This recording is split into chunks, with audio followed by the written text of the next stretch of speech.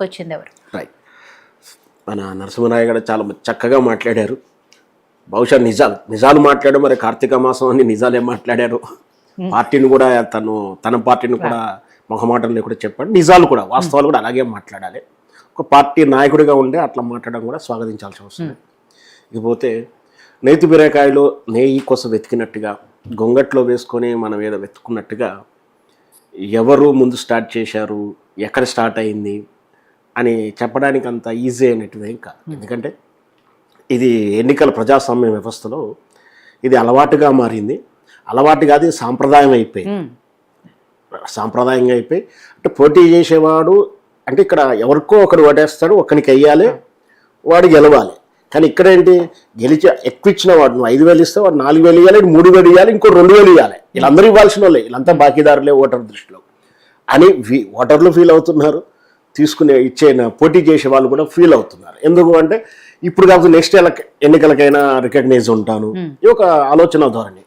So ఇది ప్రజల్లో వచ్చినటువంటి నాయకుల ముందు దొంగల, ప్రజల ముందు దొంగల అంటే ఏమి చెప్పలేము. ఇంకేంటంటే ఈ ప్రజల నుంచి వెళ్ళేవాడే నాయకుడు. నాయకులు అలా చేస్తుంటే వీళ్ళకైనా బుద్ధి ఉండాలి కదా. సార్ చెప్పినట్టు వాళ్ళ ఏబీకి వాళ్ళకే ఇస్తున్నప్పుడు వాళ్ళు ఆలోచించుకోవట్లేరు. పైగా ఇక్కడ ఇండివిజువల్ ఆలోచిస్తారు. నేను ఒక్కడిని మడిగట్టుకొని కూర్చుంటే ఆగుతుందా, ఆడు తినకుంటూ ఊరుకుంటాడా, తింటే తిన్నాడు, నాకేమి ఇచ్చాడు, నలుగురు కొట్టి నాకు ఇచ్చినా నాకే బెనిఫిట్, నా ఒక్కరికి ఇచ్చినా బెనిఫిట్ల ప్రజల ఆలోచన ధోరణి జరిగిపోయింది. ఈ వ్యవస్థలని అంటే భారత రాజ్యాంగం దార్శనికులు అంబేద్కర్ గారు చాలా చక్కగా రాశాడు. సరే, అంటే ఒక వ్యవస్థని ఇంకొక వ్యవస్థ కంట్రోల్ చేయడానికి, ఒక వ్యక్తిని ఇంకొక వ్యక్తి కంట్రోల్ చేయడానికి అంత సిద్ధాంతపరంగా అన్నీ కూడా ఉన్నాయి. దానికి మనకు వ్యవస్థలు ఇచ్చారు.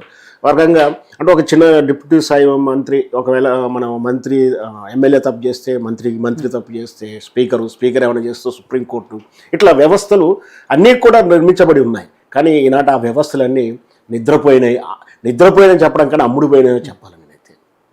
మనం చూస్తున్నాం ఇప్పుడు ఓట్ చోరీ వింటున్నాం, కళ్ళకు కనిపిస్తున్నా కూడా చర్యలు తీసుకోకపోవడాలు, చెప్పినా కూడా వినకపోవడాలు, ఇప్పుడు అనర్హత వేటు విషయంలో ఇవన్నీ చూస్తున్నా కూడా ఇవన్నీ కూడా వ్యవస్థలను భ్రష్టు పట్టించారు. ఎవరు పట్టించారు అంటే ఇక అది మనం ఏ పార్టీ వాడు ఎవరు వాళ్ళు ఎందుకు వాళ్ళని చెప్పడం సాధ్యం కాదు. ఒకరి తప్పు బట్టి మనం వాళ్ళని అనటానికి కాదు, కానీ బుద్ధి వీళ్ళకి ప్రజలకు ఉండాలని చెప్పేది మొదటి నుంచి కూడా ఏంటంటే ప్రజలు అలవాటు అయిపోయారు. ఎందుకంటే మనకు తెలుసో తెలియదు చెప్పాను, దగ్గర 69 మంది రేపిస్ట్ కేసులున్న ఎంపీ ఎమ్మెల్యేని దేశవ్యాప్తంగా ఇప్పుడు లైవ్లో ఉన్నవారు క్రైమ్ రిపోర్ట్ చెప్తా ఉంది. 69 మంది మహిళల్లో ఫోక్సో చట్టం ఉన్నవారు 17 మంది ఉన్నారు. వాళ్ళని ఎన్నుకుంటుంది ఈ ప్రజలే కదా. భయపెట్టేసి ఓటేసి ఉండొచ్చు, ఏదైనా చేసి ఉండొచ్చు, మరి వీళ్ళు మారాలి కదా. రేపిస్టులకు, గుండాలకు, రౌడీలకు ఇస్తున్నారు. అలాగే ఉన్న ఈ ప్రజాస్వామ్య వ్యవస్థలో ఉన్న కొంచెం లోపం అంటే మనం ఏదైతే తీవ్రవాద సంస్థ అని చెప్పేసి పంజాబ్లో మన అదే ఖలిస్తాన్ వాళ్ళని నిషేధించిన వాడు జైల్లో ఉండి కూడా గెలిచాడు. కాశ్మీర్ నుంచి కూడా ఒక తీవ్రవాద సంస్థ గెలిచాడు, ప్రజా మద్దతుతో గెలిచాడు, ప్రజా ఓటింగ్తో గెలిచాడు. కానీ రాజ్యాంగ వ్యవస్థ వాళ్ళని నిషేధించినా కూడా ఎన్నికల యంత్రాంగంలో గెలిపించే అవకాశాలు వస్తున్నాయి. అంటే ఇక్కడ ఏంటంటే ఇక్కడ యంత్రాంగంలో ఉన్న కొన్ని లోపాలు ఉన్నాయి, వ్యవస్థలు నిద్రపోతున్నాయి, అమ్ముడుపోతున్నాయి. దీంట్లో మనం ఏదో గొప్పగా వెన్నుకోవాలి అనుకోవడం అనేది అంత సాధ్యమైన విషయం కాదు.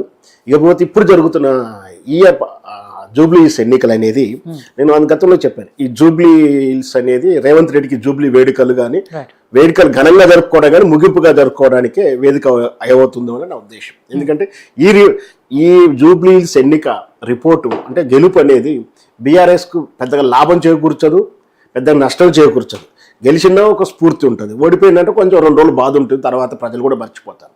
కానీ ఇప్పుడు కనుక కాంగ్రెస్ ఓడిపోతే రేవంత్ రెడ్డి రేపు వచ్చేటువంటి ఆ 10 మంది ఎమ్మెల్యేల జంపు జిల్లా నిలవేటువంటి ఉప ఎన్నికల ఫలితాలు, తర్వాత స్థానిక సంస్థలు, ఆ తర్వాత ఆయన ముఖ్యమంత్రి పోస్ట్, ఈ 3 కీలకంగా మార్పులు ఉన్నాయి. కాబట్టి లైఫ్ అండ్ డెత్గా తీసుకున్నటువంటి టాస్క్గా తీసుకుని రేవంత్ రెడ్డి గారు పనిచేస్తూ ఉన్నాడు.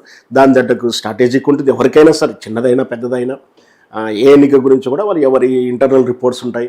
ఇప్పుడు అధికారంలో ఉంది కాబట్టి ఇంటెలిజెన్స్ రిపోర్ట్స్ ఉంటుంది, పార్టీ పరంగా గాంధీ భవన్ రిపోర్ట్స్ ఉంటాయి, ఆయన వ్యక్తిగతంగా ఆయనకి తీసుకునే రిపోర్ట్స్ ఉంటాయి.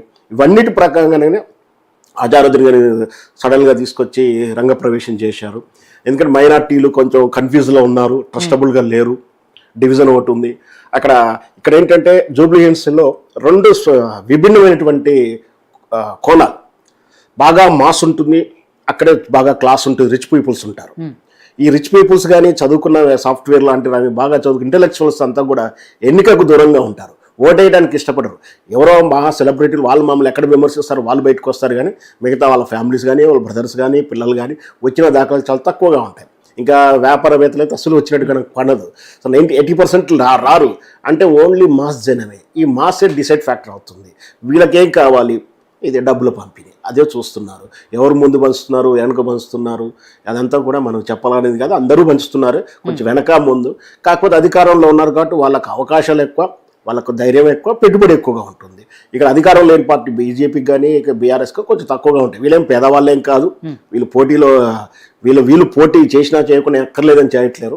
సో ఇక్కడ సింపతి పనిచేస్తుందా అంటే సడన్గా వాళ్ళ ఫ్యామిలీ డ్రామా బయటకు వచ్చింది. అది ఒక రకంగా నాకు బుబరంగా అయిందనిపిస్తుంది. సారేమో దాన్ని ఏమో అది నెగిటివ్ అయిందని చెప్తా ఉన్నాడు. ఎందుకంటే ఏ కన్న తల్లి అయినా సరే కొడుకు శవాన్ని చూడలేకపోతే అప్పుడే డ్రామా క్రియేట్ చేస్తుంది, గోళ చేస్తుంది, కొట్టుకుంటుంది, లేకపోతే నిరసన తెలియజేస్తుంది. అక్కడే డ్రామా క్రియేట్ చేస్తారు, బయటకు వస్తారు, నిరసన తెలియజేస్తారు, అన్నీ ఉంటుంది. ఆ మొక్క ఏం కాదు. సో సడన్గా తీసుకొచ్చారంటే దాన్ని ఏదో ఒక మ్యానిపులేట్ చేయడానికి చేసినా కూడా అసలు చెప్పే కదా, ఇప్పుడు రేపిస్ట్ ఉండే దొంగలే వాళ్ళనే చేయను అని ఇదేమో పెద్దగా పని చేయకపోవచ్చు. ఏదైనా సరే ఈ ఎన్నిక అనేది గతంలో రిచెస్ట్ ఎన్నికలు ఉన్నాయి కదా, 2-30 ఎన్నికలు, అంత రిచెస్ట్ అయితే కనిపిస్తలేదు. సో ఏదైతేనేమి ఇది రాష్ట్ర భవిష్యత్తును తెలియజేయబోతుంది. ఎందుకు అంటే అదే రేవంత్ రెడ్డి గారి పరిపాలన కంటిన్యూ అవుతుందా, స్థానిక సంస్థలు ఎలా ఉండబోతాయి, ఇవన్నీ ఏం జరగబోతుంది ఇక నుంచి. అంటే మేము చేసిన పథకాలు కానీ, ఈ ప్రచారాలు కానీ, ఈ ఫెయిల్యూర్ పథకాలు కానీ, వీటన్నిటికీ రివ్యూ ఖచ్చితంగా జరుగుతుంది. రివ్యూ జరగాలి, జరుగుతున్న మంచి పాలన వస్తుంది. అది ఎవరైనా సరే, రేవంత్ రెడ్డి అయినా కాంగ్రెస్ అయినా ఏ ప్రభుత్వం వచ్చే ప్రజలకు మంచి జరగాలని కోరుకుంటారు. అలాంటి ఫలితాలు రావాలని కోరుకుంటారు. రైట్. సో చిన్న బ్రేక్ తీసుకుందామండి. బ్రేక్ తర్వాత డిస్కషన్ కంటిన్యూ చేద్దాం. డిబేట్లో స్మాల్ బ్రేక్.